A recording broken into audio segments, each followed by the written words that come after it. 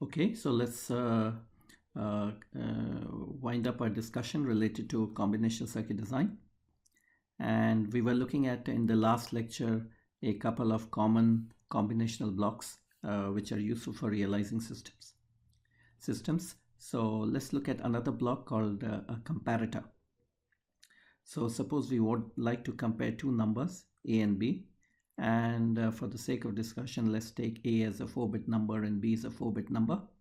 And of course, the 4-bit comparator will have then 3 outputs to indicate whether A is less than B, A is greater than B, or A is equal to B.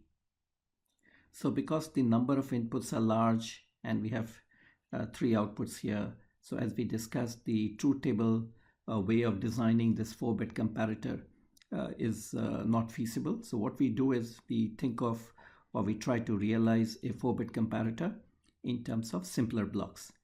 And the simpler block in this particular case is, so note that there will be too many entries in the truth table, and getting a Boolean expression and all that is, that's not the route to designing complicated combinational circuits. So what we think of is a 1-bit comparator. And so if we have a 1-bit comparator, then we can build a 4-bit comparator using this particular block, which is a 1-bit comparator. And so what does a 1-bit comparator do? Well, same thing.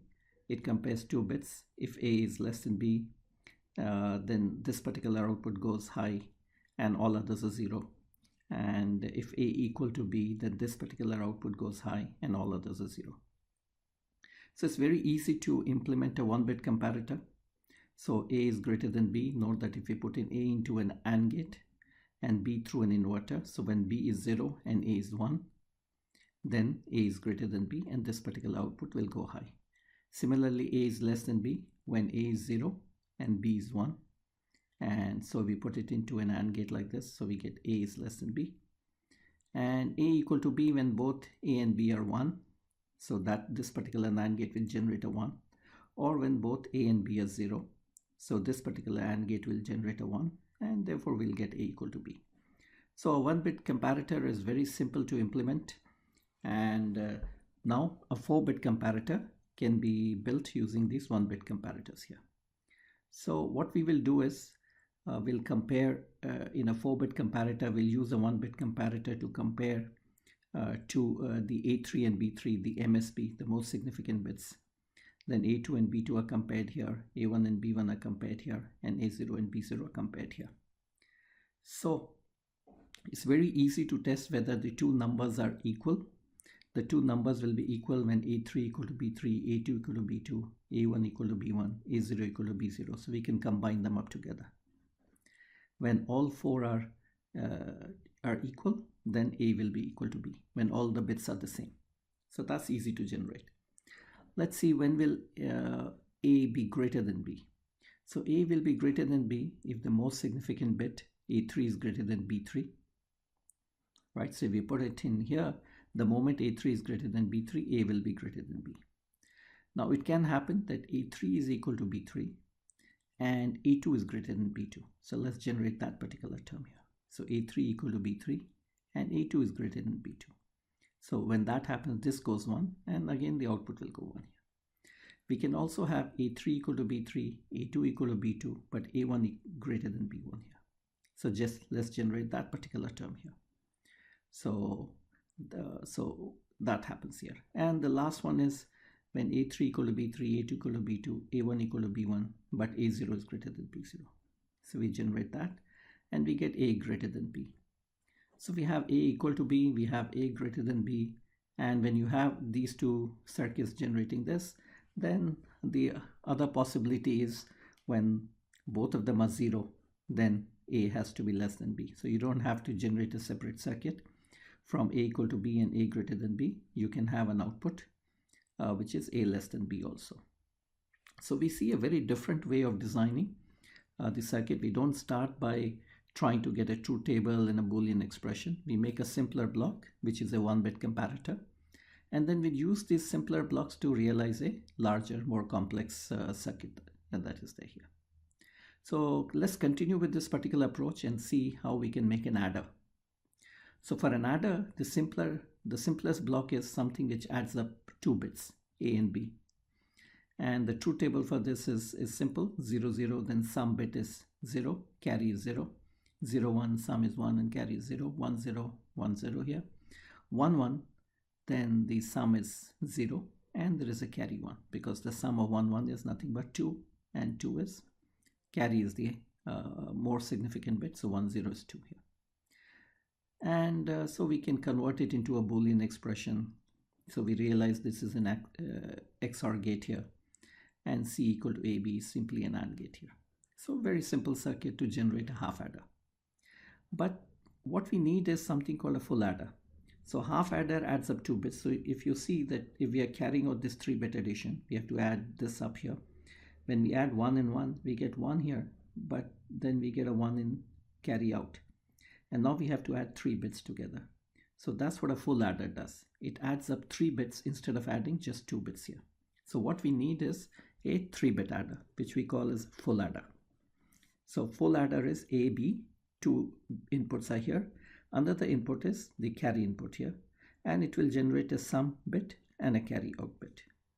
So we can generate easily the truth table for it. 0 0 0 is 0 here, carry out 0. Note that when we have 1 0 1, right, so 1 0 1, so then sum is 0 and carry out is 1 here, 1 1 1, the sum is 1 and carry out is 1 here. All right, so we can generate this truth table, and from the truth table we can write down the Boolean expression for the sum bit and for the carry out bit. And the next thing is to implement it.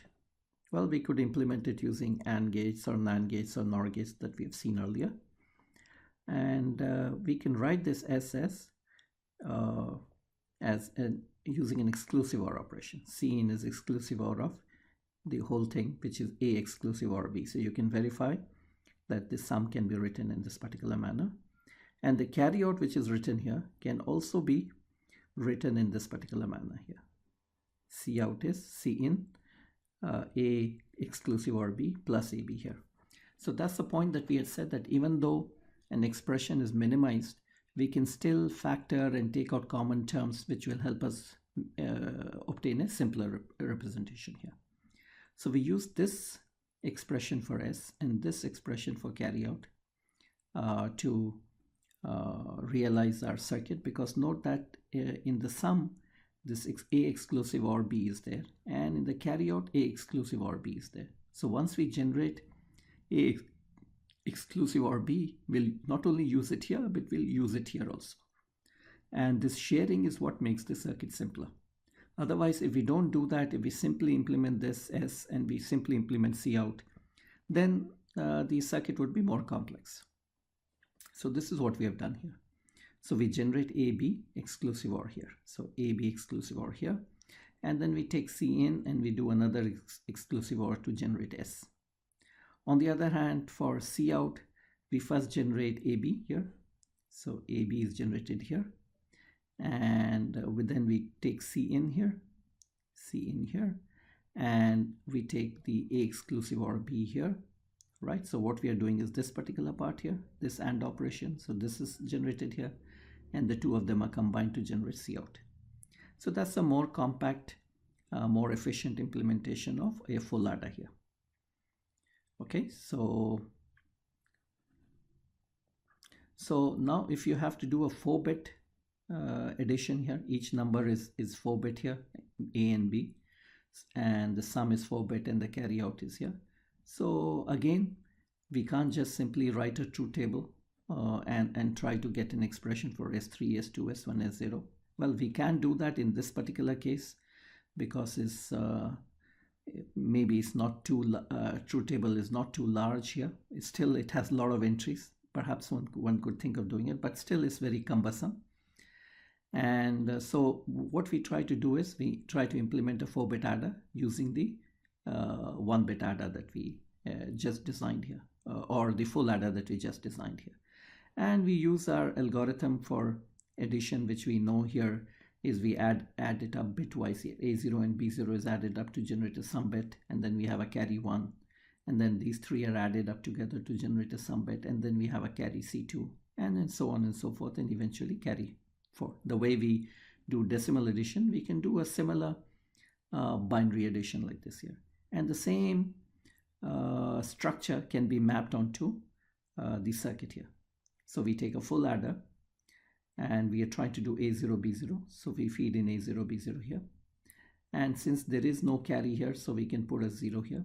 And this will generate some S0 and will potentially generate a carry C1.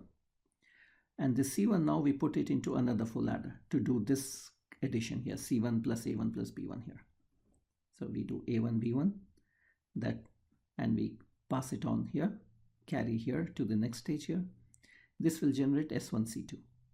And then for the next stage, we use another full adder here, and we put A2, B2, and we connect it to the next stage here, and we get S2, C3, and then we add another stage here, A3, B3 here.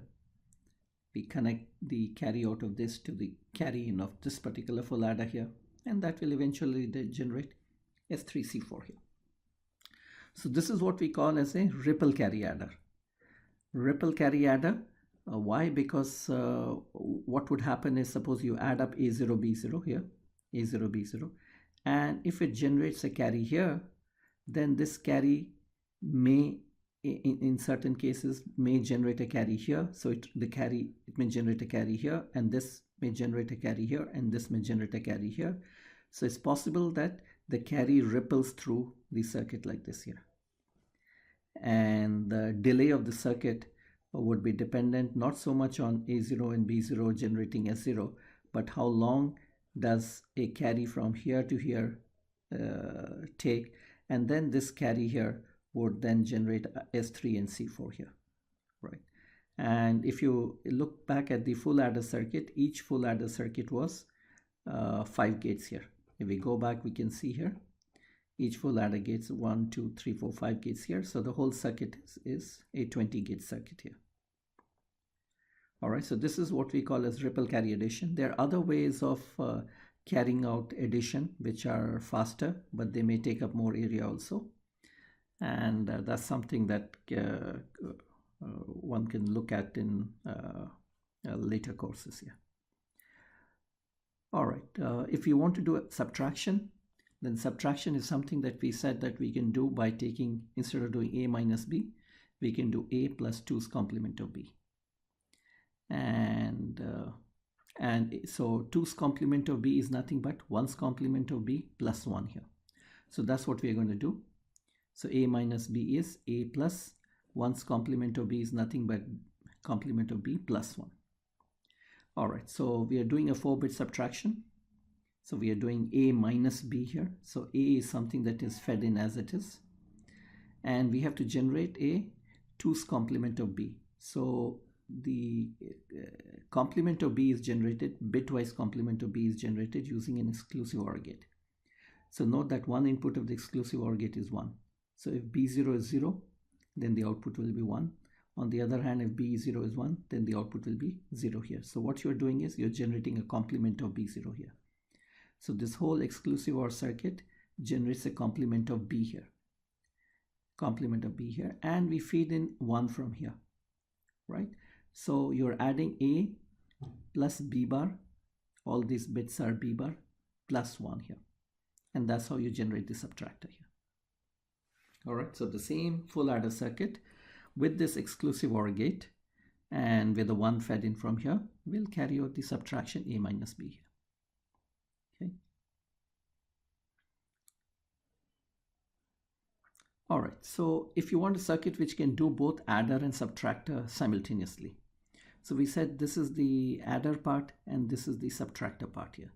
Well, you don't need a subtractor circuit separately and adder circuit separately. You can combine them together in this single circuit here. So the idea here is that you have this particular input here and M, let's say, and when M is 0, note that if M is 0, the carry is 0 here. And when M is 0, if B0 is 1, then you get 1 here. And if B0 is 0, then you get a 0 here, which means B0 passes as it is here. So when M equal to 0, you get basically addition here, A plus B. On the other hand, when M equal to 1, you basically get this particular circuit here, right? So M is like a control input. If you put M equal to 0, you get addition. If you put M equal to 1, you get subtraction. Okay, so last block that we see is a very simple implementation of a multiplier here. So we have two 2-bit numbers here, B1, B0, A1, A0. And we know how we multiply them together. We multiply A0, B0, then A0, B1 here. And then we shifted A1, B0 here and A1, B1 here. And then we add up here. And these are the outputs. C0, if we add them together, C1. And if there is a carry here, we get C2. And then we get C3. So when you multiply two 2-bit numbers, potentially you can have a 4-bit output here. And this is what we call as a multiplicand and a multiplier. And these bits are generated through these partial products here. A0, B0, A0, B1, A1, B0, A1, B1. These are the partial products. So the way to implement a multiplier is to first generate these partial products. And once you generate these partial products, then you add them up together to generate the final output here. So note that we have A0 here, and so we generate these partial A0, B0 here. We generate A0, B1 here. We generate A1, B0, A1, B1. All are being generated here. So C0 is nothing but A0, B0, so we pass it as it is. C1 is A0, B1 plus A1, B0. So this is A0, B1 plus A1, B0. We do a half adder. We don't need a full adder here. A half adder 2-bit addition is enough. This may give a carry here. And then we have A1, B1 and the carry that comes from here. And that generates the C2 and that generates the C3. Right? It generates all the multiplier bits that are there here. So that's a simple implementation of a 2-bit multiplier. There are many other multiplication algorithms, different ways of doing multiplication, just as there are different ways of doing addition.